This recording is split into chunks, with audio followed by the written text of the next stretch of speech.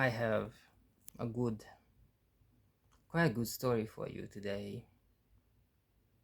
London is quite famous of the vintage shops, charities.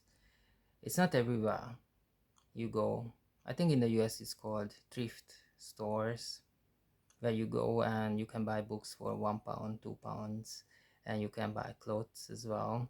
And all these are donated by people and they sell it for money, and the profit goes to the charity. So the name of the charity is usually the name of the shop is usually the name of the charity it represents. And we were in an area we never been to. We had a meeting there which finished quite early. So we had all day and we decided to stay in that area because otherwise we would never go there, because usually we tend to go to, for some reason we tend to go to touristy places, and this area is quite far away from the central London. So we went to a charity shop, and I choose that there was, when you enter, you have 90% of the shop, usually clothes, usually for ladies, very small section for the man, even smaller section for different things like tea mugs or paintings and all sort of stuff, and that things that you can decorate your flat with. And there's a section with books. So I was looking at the books. There was like maybe 500 of them. All of them are second hand. All of them cost around 250. And I choose one from the left side, I choose one from the right side, and so on. And I'm gonna show you in a minute which one I choose. And I proceeded to the checkout, and there was a lovely lady there. We were alone in the shop because it was quite early in the day. And she looked at the book, she looked at the first book, she looked at the second book, and then she looked at the other one, and she said, "Oh my god." So the cashier said, the cashier is usually a volunteer, and she said, "Oh my god, one lady brought these books for us, donated these books for us." And I kind of choose those three that was brought in by one lady. And she was like, "Oh, you like the same things."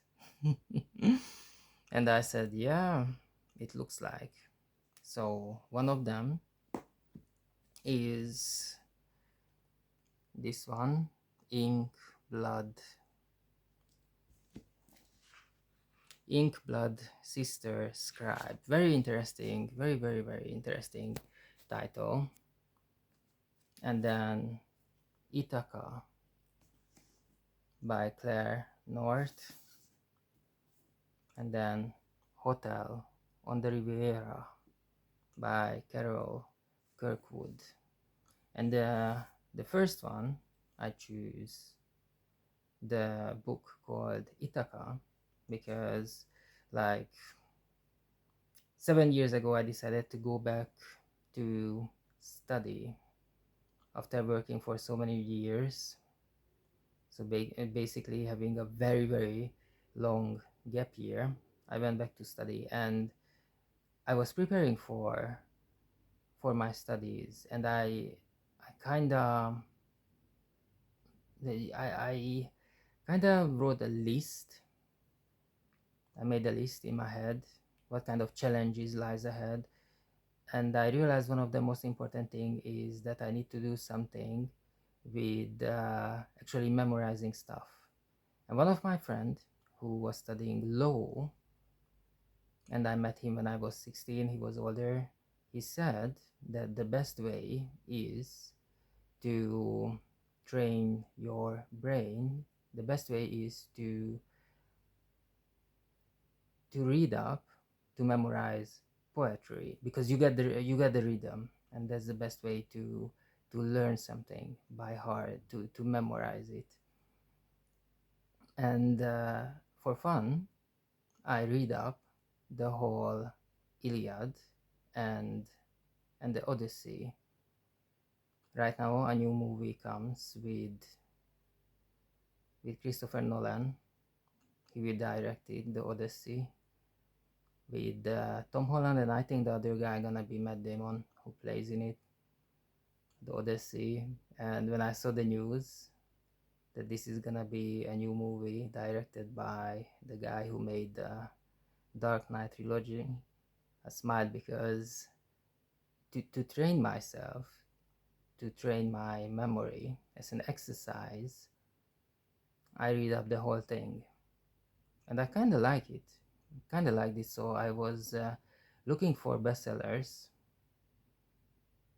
that retold the old Greek myths again. Obviously, I didn't go for the songs of Achilles and stuff, but I would definitely choose something like Ithaca, Flom, Clare, North, and other stories like that. So probably that's why I choose the same books that one lady donated to the charity shop. And I just want to say hi, and if you have more books, bring it to that shop. I will collect them all.